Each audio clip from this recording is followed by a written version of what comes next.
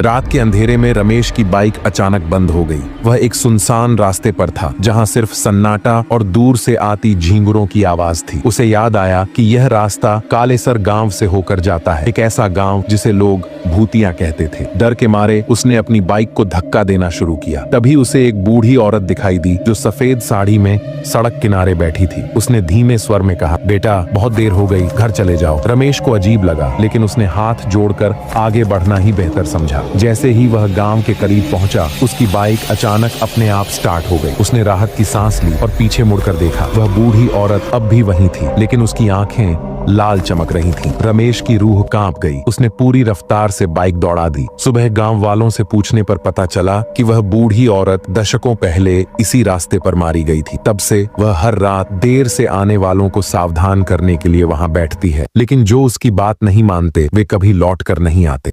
रात के अंधेरे में रमेश की बाइक अचानक बंद हो गई। वह एक सुनसान रास्ते पर था जहां सिर्फ सन्नाटा और दूर से आती झींगुरों की आवाज थी। उसे याद आया कि यह रास्ता कालेसर गांव से होकर जाता है, एक ऐसा गांव जिसे लोग भूतिया कहते थे। डर के मारे उसने अपनी बाइक को धक्का देना शुरू किया। तभी उसे एक बूढ़ी औरत दिखाई दी जो सफेद साड़ी में सड़क किनारे बैठी थी। उसने धीमे स्वर में कहा, बेटा बहुत देर हो गई, घर चले जाओ। रमेश को अजीब लगा, लेकिन उसने हाथ जोड़कर आगे बढ़ना ही बेहतर समझा। जैसे ही वह गांव के करीब पहुंचा, उसकी बाइक अचानक अपने आप स्टार्ट हो गई। उसने राहत की सांस ली और पीछे मुड़कर देखा। वह बूढ़ी औरत अब भी वहीं थी, लेकिन उसकी आंखें लाल चमक रही थीं। रमेश की रूह कांप गई। उसने पूरी रफ्तार से बाइक दौड़ा दी। सुबह गांव वालों से पूछने पर पता चला कि वह बूढ़ी औरत दशकों पहले इसी रास्ते पर मारी गई थी। तब से वह हर रात देर से आने वालों को सावधान करने के लिए वहां बैठती है, लेकिन जो उसकी बात नहीं मानते वे कभी लौट कर नहीं आते।